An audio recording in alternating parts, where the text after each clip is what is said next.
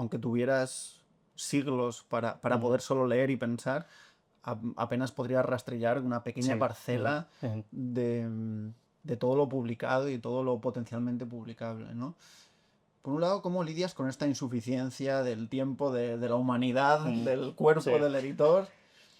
En el sentido de que no sé si hay un afuera lector de Impedimenta, si tienes algunos espacios de investigación personal, de encauzar esa lectura fuera de el interés de publicar o no, ¿no? Sí, eso hasta hace unos par de años o 3. Yo paso por una época muy fastidiada, que pasa a muchos editores, es que se arrepienten de leer algo que no sea de la editorial. O sea, yo me leí un libro de, qué sé yo, pues de Pynchon, ¿no? Que me gusta mucho. O por ejemplo, de Sebag Montefiore, por ejemplo. Me gustan los libros gordos. Y decía, ¿qué hago aquí perdiendo el tiempo, no?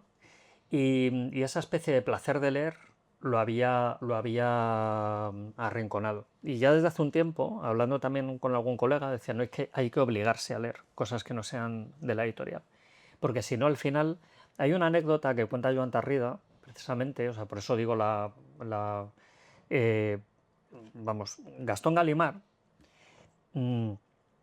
contaba que él cuando era joven entusiasta, leía muchísimo, iba a los cafés, era bohemio, se juntaba con Gide, hacía cosas, bueno, no sé qué. Después ya montó la editorial y bueno, empezó como a tal, y entonces leía para la editorial, luego ya Galimar se empezó a hacer grande, empezó a contratar informes de lectura, se leían los informes de lectura, luego ya se creó un departamento, él nada más llevaba las cuentas, dice, ahora mismo dice, solamente hago facturas y soy un auténtico hijo de puta. Entonces, esta especie de evolución del lector inocente al empresario despiadado se ha dado mucho, ¿eh? Y yo no, o sea, yo me rebelo contra eso, porque al final, también respondiendo en cierto modo a tu pregunta de antes, no tengo como mucha ansiedad de no leer todo lo que hay, porque yo me conformo con leer lo que me llama la atención. Yo hay muchas cosas, o sea, yo la mayoría de las cosas que veo en la librería no me interesan lo más mínimo. O sea, no tengo como ese rollo de decir, no, es que me quiero comer todo, no. O sea, soy como muy de picoteo. Yo cuando fui lector editorial, estuve 2 años en Alianza, y durante esos 2 años yo me iba todos los viernes a una mesa llena de originales y desechaba, y los que me interesaban me llevaba. Y yo qué sé, habré leído 300, 400 libros en Alianza en 2 años. Solo me gustaron 2. Uno de Ricardo Méndez de Salmón, cuando todavía no era famoso, que lo recomendé para un premio y al final no salió, pero eso me gustó mucho. Y otro de un tipo que se llama Leonardo Valencia, que es ecuatoriano, que me gustó muchísimo, pero que no se publicó en Alianza, y cuando ya estaba en Funambulista me llegó. Y entonces yo le dije a mi socio, qué buen libro, este libro es cojonudo, es buenísimo, pero estas cosas que pasan, en vez de mandárselo a mi socio, se lo mandé a Leonardo Valencia. Entonces Leonardo Valencia me dice, hostia, o sea, nunca nadie me había hecho un halago tan bueno. Entonces dije, bueno, vamos a tener que publicar el libro, porque claro, lógicamente no... Solo 2 libros, o sea, no me gusta lo que hay por ahí. Y sin embargo, lo que publico aquí me encanta. O sea, entonces al final esa especie de sensación de recuperar el placer de la lectura, ahora estábamos hablando del libro de Murillo precisamente, estoy muy fascinado con ese libro, pues sigo leyendo, y hay muchos de estos libros que están aquí que son lecturas mías, o sea, y los guardo, porque no son libros solamente de lo he leído y ya no me interesa, no, lo voy a guardar, ¿no? Vale, también te queríamos preguntar por 3 errores que recuerdes, que hayan astillado un poquito Sí. ese camino, que nos quieras compartir Errores de tu carrera. Ay, no sé, es que como casi siempre pienso en positivo y tal, y no pienso, oh, Dios mío, debería haber hecho eso. Es que al final hasta los errores que cometes son para bien, ¿no? O sea, por ejemplo, o sea, os cuento o sea, a ver, errores que he cometido que han ido en contra de un libro, por ejemplo. O sea, hay un autor increíble que yo recomiendo y que tiene muy mala suerte en castellano, se llama José Luis Méndez Ferrín, que es un autor gallego. Es de los mejores escritores peninsulares y españoles, o sea, de la historia. Y tiene varios libros, y a mí me impactó cuando tenía 18 años. Yo aprendí gallego leyendo a Méndez Ferrín, y un libro suyo se llama Amor de Artur. Y entonces, bueno, sacamos Amor de Artur, que es 5 cuentos así un poco como con rollo mítico y no sé qué, muy chulo. Bueno, entonces ese libro lo publicamos y le colocó una portada de una princesa así como medieval, Pero yo no sé, algo tenía que la gente iba a las librerías y decía, bueno, ¿quieres ese libro? Y dice, va sobre la Virgen, ¿no? Porque es que parecía la Virgen. Y dije, bueno, le hemos cagado completamente, le hemos cagado. Le hemos colocado la portada que no es. Así como muchos, ¿no? Yo qué sé, o el típico libro que... A ver, no es que tenga frustración, sino que hay libros que a mí me hubiera encantado publicar. Por ejemplo, hay un libro que ha publicado afortunadamente Nórdica, que se llama El Atlas de las Islas Perdidas. Es ese típico libro que te hubiera gustado publicar. Pero yo nunca me lo tomo por las malas. O sea, yo digo, menos mal que lo ha sacado Diego y no lo ha sacado, yo qué sé. De esto mucho. De esto mucho. Porque yo es que luego no tengo envidia de los compañeros, ¿no? Y bueno. Pero vamos, errores, no lo sé. Es que errores... Es que al final mi vida está... Lecciones, quizá, ¿no? Sí, eso, alguna piedrecilla que se haya A ver, pero es que cruzado. yo me paso el día cometiendo errores, o sea, constantemente. O sea, constantemente decía, teníamos que haber hecho esto de tal manera, no lo hemos hecho de otra, pues bueno, mira, hay que tirar con lo que hay. Decepciones de colaboradores, de esos hay muchísimas, gente con la que apuestas y de repente como que te salen, en fin, traicioneros y gente tal, porque al final todo el mundo... Este es un negocio de mucha tensión. O sea, aquí cuando se viene a la olla a presión, ¿no? Y muchas veces la gente revienta. Y es normal. O sea, yo les digo, oye, no es que es así. O sea, es que muchas veces estamos muy tensos, ¿no? Con los deadlines, con las decisiones, con cómo lo haces, con el nivel de exigencia. El nivel de exigencia es muy alto. Entonces, al final eso explota, ¿no? Entonces, bueno, de eso diariamente. Entonces, nos llevamos todos muy bien, pero hay muchas veces que tenemos aquí unas, no agarradas, sino decisiones que nos lo tomamos de manera muy visceral. Y eso está bien también, ¿eh? Porque entonces parece que no lo creemos, ¿no? Ya vamos como encarando la recta final de la entrevista. Queríamos, quizá con el tiempo, construir algo así como una suerte de biblioteca picante. Entonces queríamos lanzarte un par de preguntas en torno a esto. ¿Hay algún libro fetiche al que vuelvas? No sé si es justo Sí. con una biblioteca decir libro favorito, pero porque quizá cambie de un día para otro, pero hoy, si tuvieras que recomendar un libro de tu biblioteca, no necesariamente de impedimento, Sí, ajá. ¿cuál sería? Bueno, aparte esto, Mason y Dixon de Pynchon, por favor, leeroslo. O sea, hay que leerse Mason y Dixon, hay que leerse el Ulises de Joyce. O sea, es un libro que me he leído fácil 25 veces, me sé trozos de memoria, me parece el mejor libro jamás escrito.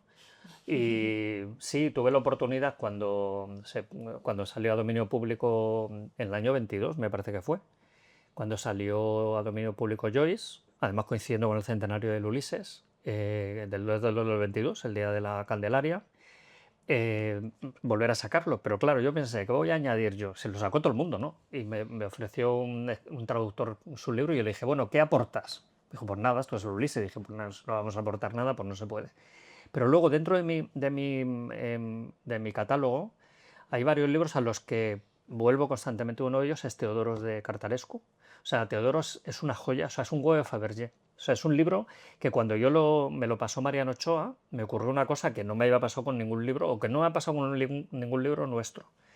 Y es que yo lo empezaba a leer y fascinado leía un capítulo, 2 capítulos, y cuando tocaba ir a por el tercer capítulo lo dejaba porque el Cartarescu es muy intoxicante. O sea, es un autor que es muy, muy denso, está tan rico en imágenes que te intoxica, ¿no? Yo, de hecho, he llegado a... Como me tengo que leer los libros de Cartarescu del tirón, ya tenía pesadillas, se me paralizó una mano leyendo en solenoide, o sea entonces, bueno, pues en vez de empezar por el capítulo 3, he empezado otra vez por el 1, ¿no? Entonces lo seguía y tal, pero era como la delicia, ¿no? Entonces ya me leía el capítulo 3 y decía, bueno, pues ahora sigo con el 4, pero es que empezaba otra vez por el 1, ¿no? O sea, es tan delicioso y la traducción de Mariano Ochoa es tan increíble que yo vuelvo a ese. Vuelvo a El cuerpo de Cartarescu también, a la segunda parte de Cegador. Vuelvo a los libros de Iris Murdoch. Henry Cato es maravilloso. Vuelvo a Kokoro de Soseki, que es otra pasada. Yo, de hecho, tuve, antes de ser editor así contratado, tuve una empresa de servicios editoriales que hacía maquetaciones, hacía tal, se llamaba Kokoro Libros. O sea, yo soy fanático. Hay muchos. Y luego hay también uno que es el Tristan Sandy en cómic, que lo tengo ahí, que es invendible, pero que a mí me encanta porque el Tristan Sandy también, siendo joyciano, el Tristan Sandy es como una referencia, ¿no? Hay muchos libros así. Y ahora, por ejemplo, me estoy leyendo el siguiente de Detective Leak, que se llama... es un libro, saldrá en 2026, o sea, os voy a dar la primicia mundial, nadie lo sabe. El libro se llama Cuando seas feliz, golpea primero. Es un libro sobre el alcoholismo de su padre y es brutal. Y el libro me lo estoy leyendo con una... y lo leo y lo releo porque es que hay páginas, o sea, hay frases que son literalmente buenísimas.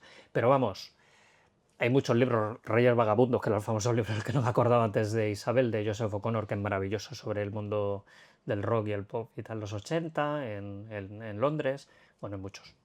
Obviamente seguimos ampliando nuestra biblioteca para ahora preguntarte sobre libros vinculados a la edición. Sí.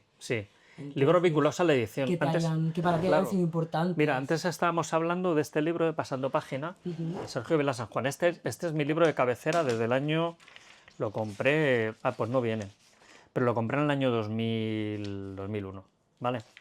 Y este es un libro que es el que cuenta la historia de la edición en España desde el año 75 hasta el 2000, por Sergio Vila San Juan, que es el director de Culturas de la Vanguardia. Luego tengo, mira, por ejemplo...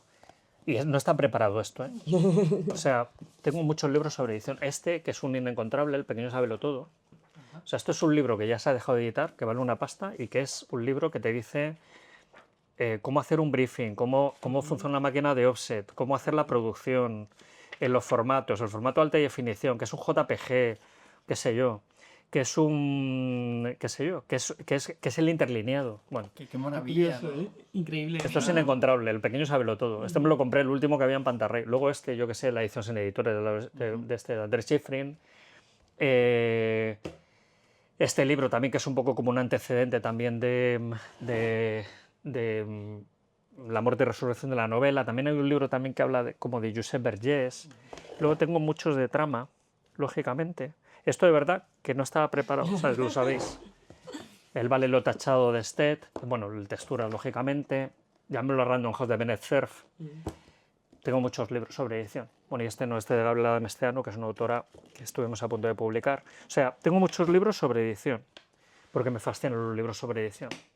Y entonces, bueno, y luego la librería de Penelope Fitzgerald, por ejemplo, que publicamos sus libros sobre edición. Y me gusta mucho a mí. Ahora me estoy leyendo el libro este de personaje secundario de Enrique Murillo, en trama, que te cuenta como también su experiencia como editor independiente en los años desde el 70 pues hasta el 2000 y pico, 2010, 2015, que estaban con libros del Lince, ¿no? Hasta el 2018, 19, bueno, hasta que lo compra mal paso. Pero vamos, que me gustan mucho los libros sobre editores, ¿no? Y bueno, tengo aquí a Joyce, así que bueno, sí. Bueno, yo creo que cerrar con esto, ¿no? Que es un punto y final a la idea de la vocación, esta mesa de... Y lo tengo aquí, de verdad no los he traído a posta, o sea, es que están por aquí, ¿no? Están aquí está el Soseki que me leí yo, de La competencia, de Kokoro. Si es que de verdad, no es broma, o sea, es que estos libros me vienen acompañando, yo los tengo conmigo, ¿no? Los tengo conmigo, los libros, en fin, bueno, estas cosas.